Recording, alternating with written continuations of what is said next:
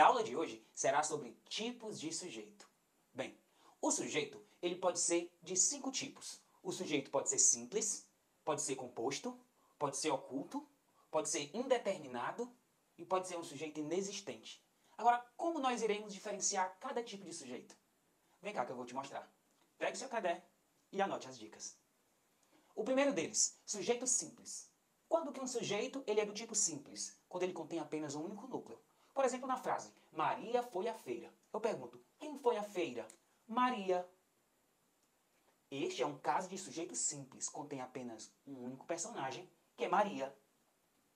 Quando que o sujeito ele é composto? Bem, ele é composto quando ele apresenta mais de um personagem na história. Por exemplo, João e Maria foram à feira. Quem foi à feira? João e Maria. Então este é um caso de sujeito composto.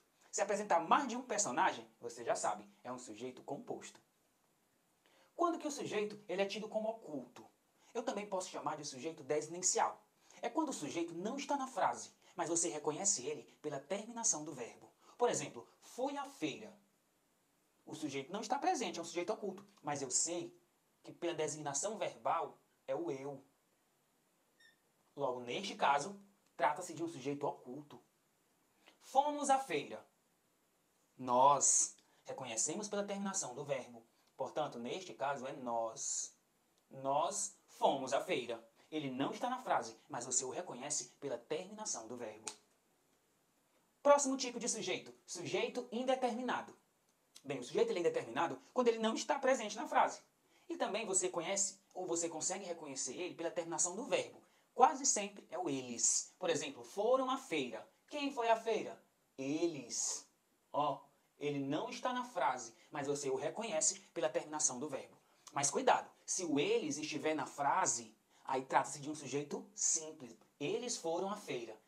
Sujeito eles, sujeito simples. Agora, se ele não estiver na frase, mas você o reconhecer que é eles pela terminação do verbo, aí o sujeito é indeterminado. Por isso, anote essa dica.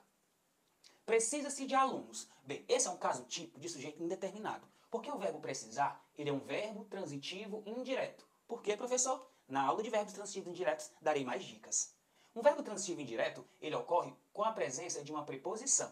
Toda vez que uma partícula se estiver ligado a um verbo que é transitivo indireto, esse se, ele funciona como índice de indeterminação do sujeito. Serve para dizer que o sujeito é indeterminado. Portanto, toda vez que você vir um verbo transitivo indireto ligado a uma partícula se, você já sabe, sujeito indeterminado.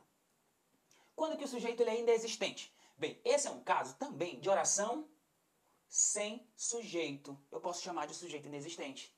Ele pode ocorrer de 3 modos. Quando existe um verbo que expressar, por exemplo, um fenômeno da natureza. Por exemplo, nevou em Santa Catarina. Neste caso, está expressando um fenômeno da natureza. Mas cuidado, anote aí no seu caderno. Se eu disser assim, choveu canivetes na reunião anual. Então quer dizer que a reunião foi tumultuosa. Eu não estou dizendo que ali é chover de um fenômeno da natureza. Por isso, cuidado. Faz 10 anos. O verbo fazer, quando indicar tempo decorrido, também, neste caso, ele é impessoal. E a oração é sem sujeito. A mesma coisa ocorre no verbo haver, no sentido de existir. Se eu digo, havia muitos alunos, eu posso simplesmente substituir por existir.